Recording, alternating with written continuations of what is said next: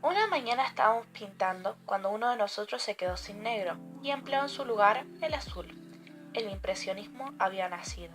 Por Renoir. Nos hemos hecho la idea de que el análisis del arte de nuestro tiempo implica un conocimiento extenso y profundo del arte de otros periodos. Nos manejamos con series, progresiones estilísticas, reacciones y contrarreacciones, lo que nos ofrece la posibilidad de seguir más o menos correctamente las corrientes bien definidas de la historia del arte europeo. Es decir, podemos jugar con bastante claridad formas de arte que estén bien documentadas.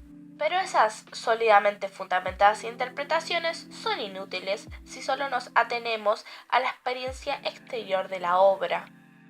Si las juzgamos como un fin en sí e ignoramos o subestimamos las ideas que la animan. Sobre todo si dejamos de tener en cuenta el efecto inmediato que una pintura, un edificio o un monumento tiene con relación al periodo para el cual y en el cual se produce. Sí, en otras palabras, damos instintivamente por supuesto que la apreciación y el juicio artístico culto popular de un periodo dado eran como el nuestro, basado, por lo menos en parte, en comparaciones históricas. Hay probablemente una divergencia mayor entre las reacciones ante una obra del arte de un hombre del siglo XIII, de un hombre de las postrimerias del Renacimiento y un hombre de hoy, que entre lo esencial de las obras de arte de entonces y ahora, aunque cronológicamente los artistas de la última parte del siglo XIX pertenecen prácticamente a nuestro tiempo, la distancia que separa su arte del de hoy parece enorme. Esto se debe mucho menos a la forma que al contenido de las obras. El siglo XX se siente atraído hacia obras de artes que conciben al hombre y la naturaleza fundados en la tragedia o la afirmación religiosa, Goya o Rembrandt, o hacia las que en su limpidez y serenidad acentúan un estado de espíritu que nuestra sociedad encuentra casi imposible de alcanzar, los frescos de Piero, de la Francesca o las pinturas de Bellini. Vivimos en una época en la que las obras de arte no son ni épicas ni verdaderamente íntimas, y no está a nuestra disposición ninguno de los factores capaces de crear un estilo. A comienzos del siglo XIX, Francia se hallaba desgarrada por violentos conflictos ideológicos, tanto sobre la función de la pintura como la naturaleza del arte. Si bien estos conflictos se vieron temporariamente eclipsados por el breve triunfo del movimiento impresionista, no fueron de ningún modo resueltos por él. Y aunque estos choques fundamentalmente se hayan atenuado y el clima de opinión haya cambiado radicalmente en los últimos 50 años, una brecha parecida se observa en el arte contemporáneo. Individuos geniales como Géricault y Damier, junto con pintores de gran talento como Corot y los de la escuela Barbizon. Pero el movimiento en conjunto debe verse sobre el fondo de una lucha entre la pintura clásica, romántica y realista, cuyos principales exponentes fueron respectivamente Ingres, Delacroix y Courbet. El impresionismo no fue una síntesis de estos movimientos, debió mucho a la escuela realista, adoptó y amplió los grandes descubrimientos en color de Delacroix y rechazó el clasicismo de Ingres. Ingres y sus continuadores clásicos, en el sentido de que su obra derivada de Rafael David y la pintura romana del siglo XVII, padecían la obsesión de las virtudes de la antigüedad y predicaban la supremacía de la línea y la composición ordenada. Delacroix, revolucionario y romántico, fundó su arte en Rubens y los venecianos, revitalizó toda la teoría del color y puso el movimiento y las tendencias dinámicas por encima de todo. Courbet, creador de un realismo objetivo deliberadamente desentendido del pasado y del futuro, proclamó que la pintura es arte concreto y no consiste en otra cosa que la representación de cosas reales y existentes. Pero aunque sus ideas corresponden a las tendencias filosóficas de su tiempo, la rígida terminología del romanticismo y el realismo no corresponden siempre a la orientación de sus obras. Los jóvenes artistas que surgieron de las aulas de Beaux-Arts en la década de 1850 se hallaron frente a los problemas artísticos más claros que los actuales. El tiempo estaba maduro para cambios, se hallaban en rebeldía contra la academia, contra el arte oficial de los salones, eran entusiastas e inmensamente laboriosos. Reconocían a Delacroix como un maestro, pero su actitud hacia la naturaleza se acercaba más a la de Courbet. Sobre todo sentían atracción del aire libre, la luz, el sol y el movimiento. Era inevitable que se formaran grupos entre los más audaces, que los de espíritu más independientes se reunieran, discutieran y cambiasen ideas y teorías. La primera exposición de uno de tales grupos se celebró en 1874 en los salones del fotógrafo Nadar, bajo el título Compañía Limitada de Pintores, Escultores y Grabadores.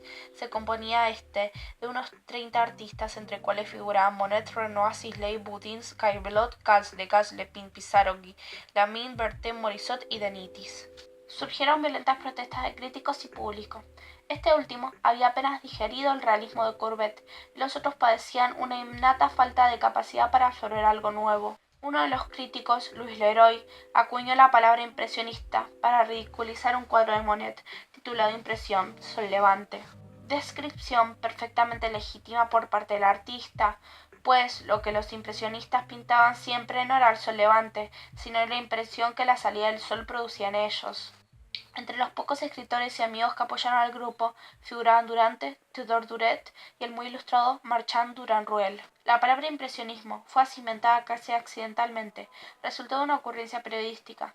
Más tarde, para la mayor parte de la gente, el título resultó atractivo y sinónimo de un sistema de pintura en que la pincelada es visible, aparentemente espontánea. La imagen más bien resume que explica, y la pintura tiene una cualidad que la hace parecer instintiva, como una interpretación debida a la inspiración del momento más que un esquema premeditado, y como las pinturas impresionistas, que son con frecuencia paisajes y naturalezas muertas, se identificó al estilo con tales temas. La sombra púrpura arrojada por una naranja sobre un blanco mantel pasó a ser la firma de centenares de pintores. Escribiendo en 1915, Monet se quejaba de que, desde la aparición del impresionismo, los salones oficiales que solían ser pardos se han convertido en azules, verdes y rojos, pero menta o chocolate son obra de confiteros.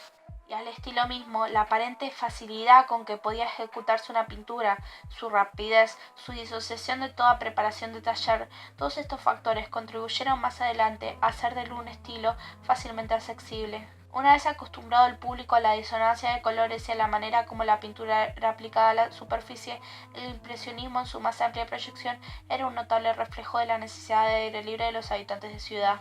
Socialmente reflejaba las tendencias de una clase media llena de sospechas contra un arte que intentaba subrayar ideas o filosofías. El hecho de que el impresionismo puro no subrayase la situación o el antagonismo de la pintura con respecto a la sociedad o a la naturaleza, sino que más bien reflejase contento, en algunos casos beatífico, con la vida general, era una reacción contra el romanticismo. Históricamente, la atracción de esta actitud fue tremenda, y desde 1878 hasta el fin del siglo pueden encontrarse en toda Europa buenos pintores impresionistas influidos a menudo por Manet. Secret en Inglaterra, Liebermann en Alemania, Repin en Rusia.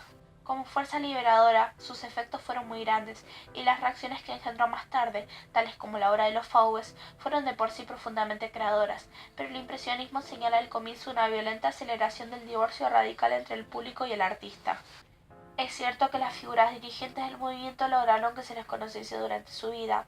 Monet, a consecuencia del patrocinio de Clemenceau, Manet, al ser regañadientes, admitió por fin a un rango semioficial. La posición de otros, como Pissarro, continuó siendo aislado individualismo. La vida de dos de los más importantes pintores cuyo arte arrancara del impresionismo, Cézanne y Gauguin, se basaron de diferentes maneras en la presunción de que el aislamiento es de por sí un factor estético, una necesidad de la actividad creadora.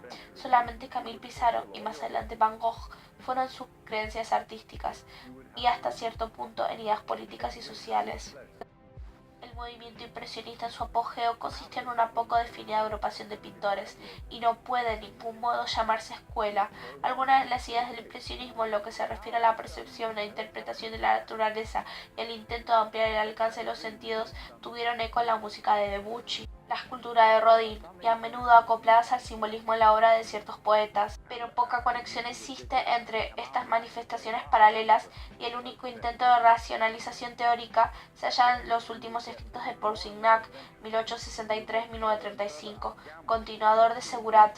El grupo impresionista de Francia puede dividirse en varias secciones, una de ellas representada por Monet y Sisley, y siguió consecuentemente un método sistemático de representar impresiones y sensaciones ópticas. Se apoyaban en la fragmentación de la superficie de la pintura, trabajaban con altas armonías cromáticas, empleaban, en ambos casos, la perspectiva, pero se resistían a aplicarla de modo teórico y abandonaban todo uso deliberado del contorno. Su fin era guiar la vista hacia la superficie y prescindir de todo intento de racionalizar la lectura de su obra.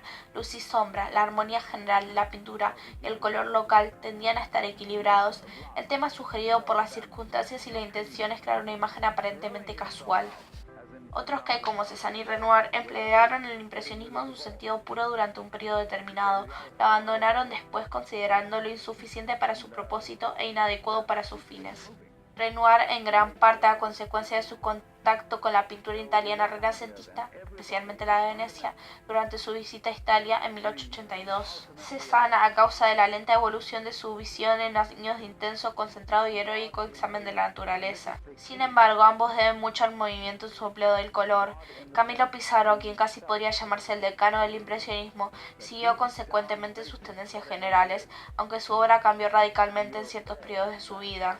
Durante algunos años adoptó teorías y técnicas de Georges Seurat y Paul Signac, que representaban una rama especial del movimiento y cuyo estilo, después de 1886, se conoció como el nombre de neoimpresionismo. Otro grupo comprende dos de los pintores más importantes del siglo XIX, Manet y Degas, que aunque estrechamente ligados al impresionismo, deben considerarse aparte de él. Estos, a pesar de que históricamente se hallaban ambos profundamente identificados con el impresionismo, ejercieron considerablemente la influencia en otros pintores del movimiento, y Degas, incluido, expuso junto a ellos. En el hecho, se habla a menudo de Manet como jefe de la escuela impresionista, pero esto puede inducir un grave error, pues su pintura está a menudo más ligada a un anterior impresionismo histórico y solo adopta los métodos directos del estilo en la década del 70. Degas no se dejó nunca llamar impresionista, afirmando la supremacía del dibujo sobre el color, hizo a menudo a sus colegas objeto de fuertes censuras. Toulouse-Lautrec es el artista más estrechamente asociado con esta actitud. La obra de Gauguin y Van Gogh, no representados aquí, es un determinado periodo presentadas técnicas y enfoques impresionistas. La última mitad del siglo XIX, esencialmente optimista en sus comienzos, se distinguió por la actitud agresiva de ciertos pintores hacia los valores artísticos establecidos de su época. Esta actitud dio origen a agrupamientos bien definidos entre los artistas, y esto a su vez permitieron que artistas menores pero de talento creador pudieran expresarse sin tener que sufrir la feroz competencia y la falta de escrúpulos del siglo XX. Entre ellos, en Francia, J. F. Basile y dos pintoras, Berthe Morisot y Marie Cassatt, la última norteamericana, era una artista de considerable vigor. La etapa final del impresionismo puede observarse en la obra de Bonnard, artista del siglo XX, que en compañía de Bullard y Marquette elaboró una forma modificada de composición pictórica y armonías de color de extraordinaria sensibilidad. Bonnard fue también uno de los últimos pintores íntimos, no perturbado por los acontecimientos que se desarrollaban en torno suyo.